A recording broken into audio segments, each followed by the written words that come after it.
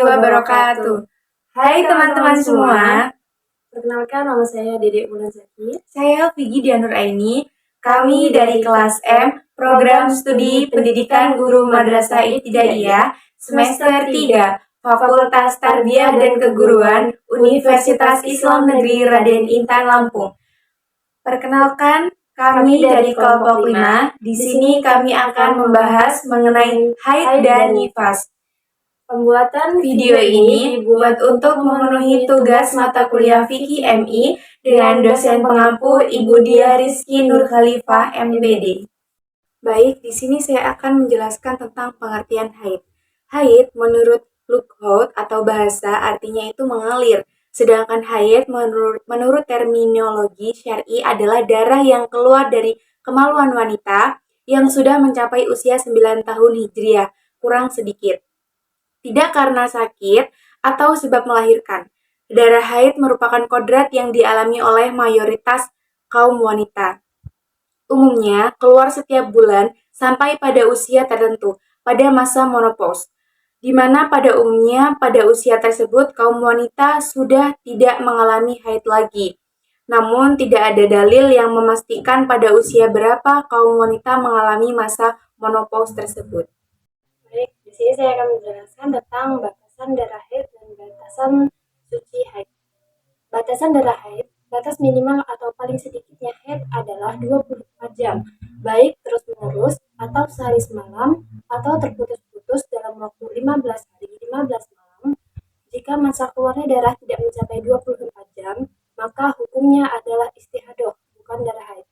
Umumnya haid itu berlangsung selama 6 hari atau 6 malam, atau 7 hari 7 malam. Maksimal atau paling lamanya haid adalah 15 hari 15 malam. Oleh sebab itu, jika darah yang keluar lamanya lebih dari 15 hari 15 malam, baik terus-menerus ataupun terputus-putus, maka hukumnya adalah darah istihadah, alias sebagai haid, dan sebagian lagi istihadah. Batasan suci haid. Batas minimal atau paling sedikitnya masa suci yang memisah antara haid dengan haid yang satunya adalah 15 hari, 15 malam. Umumnya masa suci haid itu 23 hari, 23 malam, atau 24 hari, 24 malam. Sedangkan maksimalnya masa suci itu tidak ada batasan tertentu. Nah, untuk teman-teman udah pada tahu belum tentang doa pada saat hari pertama haid? Kita baca doanya sama-sama ya. Bismillahirrahmanirrahim. Alhamdulillahi ala kulli hali wa astaghfirullah min kulli zambi.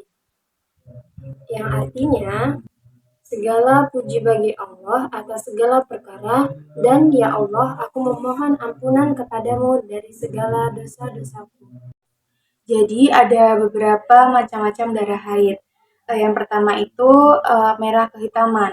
Biasanya keluar pada hari ke-1, kedua, atau ketiga haid pada saat haid sedang lancar-lancarnya. Dan yang kedua itu ada warna merah segar. Ketiga, ada warna coklat atau kopi susu bila darah akan selesai. Keempat itu ada warna kuning matang bila darah akan selesai. Dan kelima itu warna keruh menjelang putih. A'udzu billahi minasyaitonir rajim. Bismillahirrahmanirrahim. Alhamdulillahi rabbil alamin. Ar-Rahmanir-Rahim. Mari Mbak. Ini kamu lagi ngapain? Aku lagi baca Al-Quran, nerusin aku kemarin. Katanya semalam kamu lagi haid. Iya, lagi haid. Terus kenapa baca Al-Quran? Emangnya gak boleh ya, Mbak? Setahu aku sih nggak boleh ya kalau lagi haid baca Al-Quran. Emang hal-hal apa saja sih, Mbak, yang dilarang saat haid itu? Nah, ada beberapa hal yang tidak diperbolehkan atau dilarang saat haid ya teman-teman. Yang pertama itu puasa, yang kedua sholat, yang ketiga menyentuh Al-Quran atau membaca Al-Quran kayak gini nih. Terus berhubungan suami istri, dan yang terakhir berdiam diri di masjid dan juga tawaf. Terus apa saja sih, Mbak, yang boleh aku lakuin ketika aku sedang haid itu biar aku tuh tetap dapat pahala loh, Mbak? Ada beberapa hal juga nih yang boleh teman-teman lakuin kalau sedang haid seperti saudari dia ini ya. Yang pertama, kalian bisa melakukan zikir dan juga berdoa. Kemudian yang kedua, bersolawat. Yang ketiga, mendengar ceramah agama. Yang keempat, bersedekah. Yang kelima, silaturahmi. Yang keenam, menyiapkan makanan untuk orang yang berpuasa. Yang ketujuh, mendengarkan murotal. Dan yang kedelapan, tersenyum dan menebar kebaikan. A few moments later.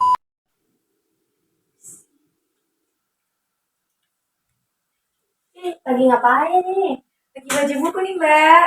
Aku seneng banget hari ini ada apa? Iya loh, aku tuh udah selesai masa haidnya hari ini. Jadi aku tuh sudah mau kembali untuk beribadah lagi. Alhamdulillah. Tapi bukannya kalau misalnya mau beribadah tuh kamu harus mandi wajib dulu ya? Betul sekali. Mari kita mandi wajib. Jadi mari kita perlihatkan kepada teman-teman semua tata cara untuk mandi wajib. بارك الله لكم ولنا بارك الله لكم ولنا الله بارك لهما الله أدم حبهما الله صل وسلم على رسول الله الله تب علينا الله ارضى عنا الله اهد خطانا على سنة نبينا. Let's raise our hands and make dua like the prophet taught us, and with one voice let's all say say say. Urutan tata cara mandi wajib yang pertama yaitu mencuci tangan sambil membaca niat di dalam hati. Niatnya Bismillahirrahmanirrahim. Nawaitu ghusla li raf'il hadasil akbari minal haidi fardhu lillahi ta'ala. Karena di dalam kamar mandi, niat hendaknya dibaca di dalam hati. Niat boleh dibaca di awal sebelum mencuci tangan, saat mencuci tangan, ataupun boleh juga dibaca saat menyiramkan air ke kepala. Yang kedua, membersihkan kemaluan. Dalam membersihkan kemaluan, boleh menggunakan air saja atau boleh juga menggunakan sabun khusus untuk membersihkan kemaluan. Yang ketiga, mencuci tangan yang habis dipakai untuk membersihkan kemaluan dengan sabun. Yang keempat, berwudu sebagaimana wudu hendak sholat. Catatan, dalam berwudu boleh pakai penutup dan boleh juga bertelanjang, karena telanjang bukanlah hal yang membatalkan wudu.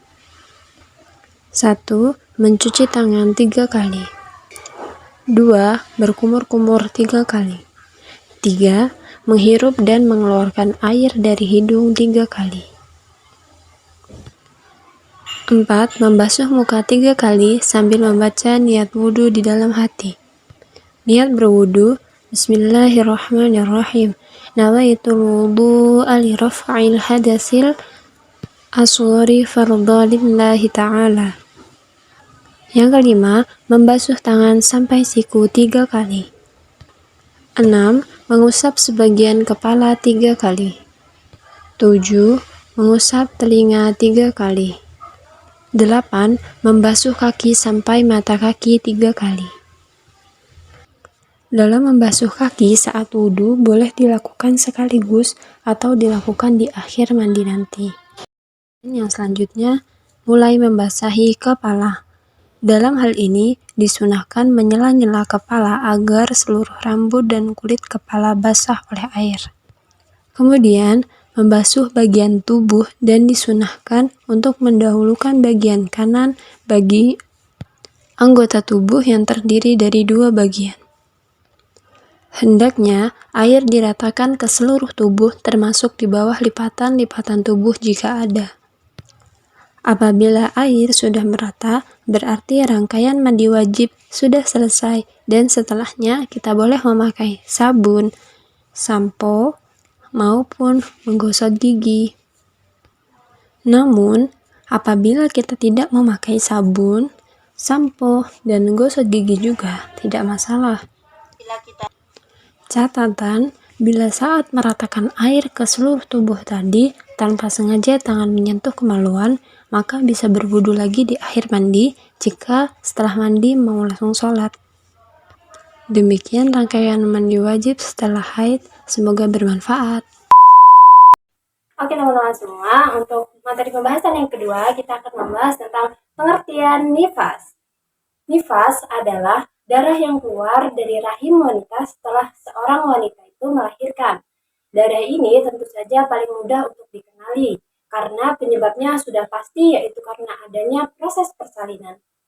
Pendapat Imam Ibnu Taimiyah yang mengemukakan bahwa darah yang keluar dengan rasa sakit dan disertai oleh proses persalinan adalah darah nifas. Sedangkan bila tidak ada proses persalinan, maka itu bukan darah nifas melainkan darah haid. Baik, di sini saya akan menjelaskan tentang darah nifas. Darah nifas itu darah yang keluar dari seseorang wanita karena melahirkan. Darah nifas ini merupakan sisa darah yang tertahan di dalam rahim sewaktu hamil. Umumnya, nifas itu terjadi sekitar 40 hari dan maksimalnya terjadi sekitar 60 hari.